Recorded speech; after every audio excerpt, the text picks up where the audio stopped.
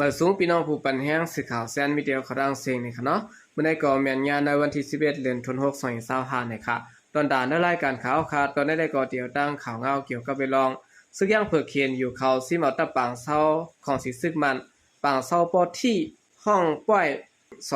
2-5-66อันมีดีแลดินไทยมันนั่นเสร็จแล้วกุ้มกำไรแลนดินไทยมันตั้งหมดเยาะวันในเขา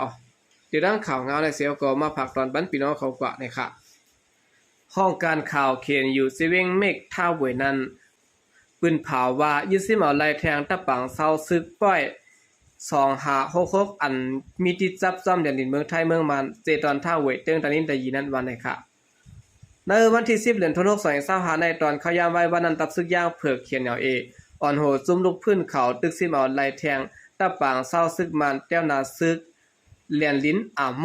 อำนั้นห้องป้อย2566อันติดจับไว้จอมแดนดินเมืองไทยเมืองมันนั้นเสียยาวตะปังเศร้าในซึกป้องสู้เขียนแนว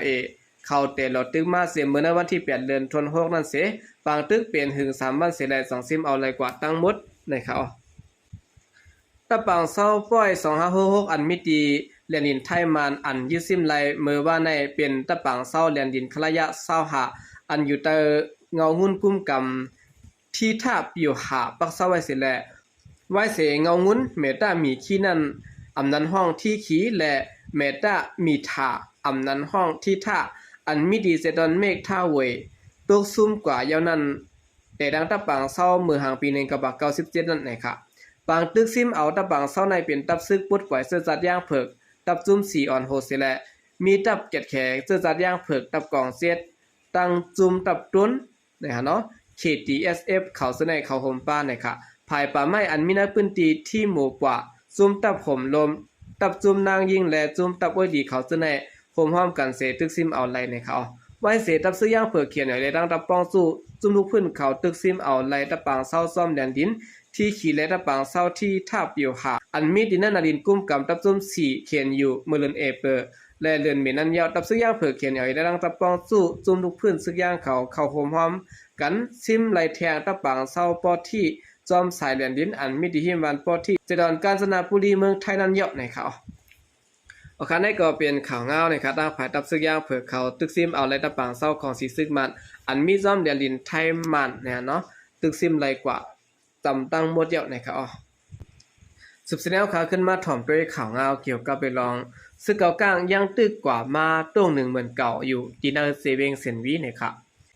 แต่เอาโฮเลินแก่นมาในมีข่าวลือกันออกมาว่าซึกเก่ากลางเอเมนเตียเสื่อนตรงหนึ่งอยู่นาเซเวงเซนวีที่ได้ถอยปันขึ้นซึกมันขึ้นเฮาเยาโตตั้งเสียงในเดือนเซปเทมเบอร์ในวันนี้ก็กวนเวงเซนวีก็1 ลักกว่าดังสื่อข่าวผู้ใดฮอกเขาว่าเมื่อเลียวในอำหันเขาตรงตื่นสังเข้าไปย้อนกวนแทงก่อนเขาการอุปเปิงเขาก็เหมือนเก่ากล้วยขะห่านตั้งกินแลห่านเราคงเปี่ยวมวล KTV บางต่อรองเขาเสนอตึกเห็นตึกมีเหมือนเก่ากล้วยอำเปิงสังอำมีรองหลากหลายสังมาแทงวันให้เขาคันกุลโคการ่างไข่กูเซอร์นะจีเวงเสียนวีในยังตึกขึ้นสูงเหมือนเก่าอยู่ค่ะคันแลกเงินซ้ำเพราะว่าเงินแค่1 ปากหย่อนและเงินมัน60,000เปียค่ะน้ำมันกิน1จ้อยละ17,000เฮงเปียเขาข้าวสาร30จ้อย1ถุงแล้วแต้มสุด150,000เปียค่ะสังเกตว่าเป็นข้าวสารอันแคมสุดซึ่ง1ถุงแล้วมี200,000เปียน้ำมันเจอไฟน้ำมันจาก1ลิตรละ6เฮงเปียคันกุนได้ขึ้นมาเจมเมอร์ไหว้แผนการหยันซึก102เสร็จและห้านต่อถึงย่ำเดียวก็ยังไปย่อมลงวันนี้ค่ะ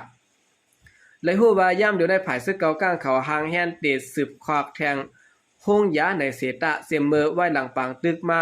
กวนเมืองเตือนอยู่ในเซเว่งเซนวีอ่ำไดซาตื้อไฟฟ้าไล่ปึงอิงไฟแสงแลดโซลาร์เซลล์ไล่ไฟกว่าสร้างแห้งโฟงกว่าสร้างแบตเตอรี่กว่าแห้งทุบซิดตาซาตื้อในให้ในส่วนเสียมตื้อในกวยวันในเขาเอาคันนี้ก็เป็นเงาลายที่เซเว่งเซนวีนะครับว่าเสมีเขามาว่าซึกเก่ากลางที่เอาเว่งเซนวีอาปั่นขึ้นซึกมันนะเนาะเว้ยก็ว่าที่ในเซเว่งเซนวีอำนั้นในเว่งเซนวีในยังตึกเหมือนเก่าอยู่นะครับกูเจอกูลองค่ะนะศึกเสนอข่าวขึ้นมาถ่อมด้วยข่าวเงาเกี่ยวกับไปลองซึกลอยเทียนติงยับกวนเหตุการณ์ยาแผ่นส่งปันขึ้นเมืองเขเอานาวตานะครับในวันที่10เดือนธันวาคม2025ในดับซึกปลดปล่อยเสื้อสัตว์ตางเทียนติงยับเอากวนเหตุการณ์ยาแผ่น หยอกแลนกินเงินตั้งในออนไลน์ที่ได้เสเวงนำค้ำนำตูและกดขายซื้อในส่งมาปันขึ้นในมือปลิกเมืองเขตตา12เกาะนะครับภายห้องการปืนเผาซึกตั้งเขาปืนเผาเป็นด้านการไว้ว่ากวนเสื้อญาซึกตั้งเขาตีนย่อมในเป็นกวนใจดังเสียงค่ะอยู่ในเสเวงนำค้ำตา4เกาะเสเวงกดขาย5เกาะและเสเวงนำตู3เกาะภายซึกตั้งไล่ข่าวว่ากวนเสื้อในมีแผนการตีหลอกแดนเอาเงินตั้งออนไลน์ในแหละสั่งกว่ากดทัดตียอบกว่าวันในเขาในกวนเจือนญาติยอบกว่า12ก็นันตา1ก็มีห้อยหมัดเจ็บไว้ตีตินมันใจสิแลและยดยาตัวไว้แลภายจุนปริเมืองเขเขาและเอาลวดจอยแถมกวนเปลี่ยนสิแลมาหับกว่าเมืองเขขึ้นในค่ะกวนเมืองก่อนอยู่เศร้าตีนำคำก่อน1ลาดกว่าดังสื่อข่าวประหอกเขาว่าย่ำอยู่ในกวนเจือนเหตุการณ์แก้แผนจุนในอำหายหมดเสียงคารุจอมนาเวียงหมู่เจนำคำนั่นอดีตซึกเจ้าเกอเขาคุ้มกำนั้นมีอยู่กูตีและเหมือนปางต่อปางรองซึ่งในก่อเขาบ้านในการแก้แผนอยู่ค่ะรู้เขายังปันปึดเปลี่ยนตั้งการอยู่ค่ะอันมาเหตุการณ์แก้แผนซึ่งในกำมันนั้นเปลี่ยนเขตหลายๆค่ะวันนี้ซึ่งตามเถียนใหญ่เลยดังซึกโกกลางMNDเขาในเปลี่ยนลูกซุ่มและจุ่มไม่ดีปอดของ3จุ่มนั่นสิแหละเอาควางว่าเตเพียงไม่เป็นการหลอกเลียนกินเงินตั้งออนไลน์จอมสาบแหลนดินเมืองใต้เมืองเขตสิแลจัดแผนการอย่างซึก1027เมืองใต้ปอดของมาเสตะห้าต่อถึงย่ำเดียวก็กวนเหตุการณ์แก้แผนซึ่งในยังไปมวยเสียงในค่ะเอาคันได้ก็เป็นข่าวงาลองตรงหนึ่งตั้งซึกลอยเทียนอย่างเอกเขาเนี่ยเนาะมีลองยอบซุ่มแก้แผนสิแลมอบอาปันขึ้นในมือเคเขานะครับสืบเสียงข่าวขึ้นมาถ่อมด้วยข่าวเงาเกี่ยวกับไปลองปริมาณก้อนหนึ่งหลันก้อนยื้อขาดตัวตายขึ้นนะครับปริมาณก้อนหนึ่งตีห้องปริกแก้โถกเมืองมันหลันกองยื้อขาดตัวตายกว่าตีห้องอยู่เศร้ามันใจในวันที่8เดือนธันวาคม2565ในนะครับวันนั้นย่ำกลางเลยพอมันใจมีอยู่ตีห้องแถวก่อนเหลียวนั้นในวางรุมปริกนั้นเสขาดตัวตายกว่าปนมาไปป้อหึงนั้นมันใจตียอบกวนเฮิรนอันจำใจกันตั้งตับซึกเสียแหละย้อนเงิน4 ปากแสนไว้นั้นภายดับซึกมีบยันมันใจแหละถึงตีขาดตัวตายกว่าก้นจำใจตั้งห้องปริกต่อไปดีดังสื่อข่าวเขาไว้หนังไหนเกี่ยวกับเรื่องในเสียแหละภายปริกซึ่งมันเขาได้ก็ออกข่าวไว้ว่ากดพ้องกดทัดรถก้ามีว่าหลายเสียนตีด้านเขาเว้งใจโถนั้นยาซึกปีเดียบเขายื้อตายวันในกอบะนะคะเนาะลองเตะมันเป็นเส้นหื้อในใดก็ในหูซอบนะคะเตะยุ่มตั้งแล้วก็หูนะคะเนาะออกกำเดือนสนัยก็ยินจมนับยามกุมันถึงพี่น้องผู้กำแถมปัญญาเขาดังเสียงอยู่ค่ะยินจมนับยามอย่านำเสข่าวใจก็เลียมาส่งค่ะ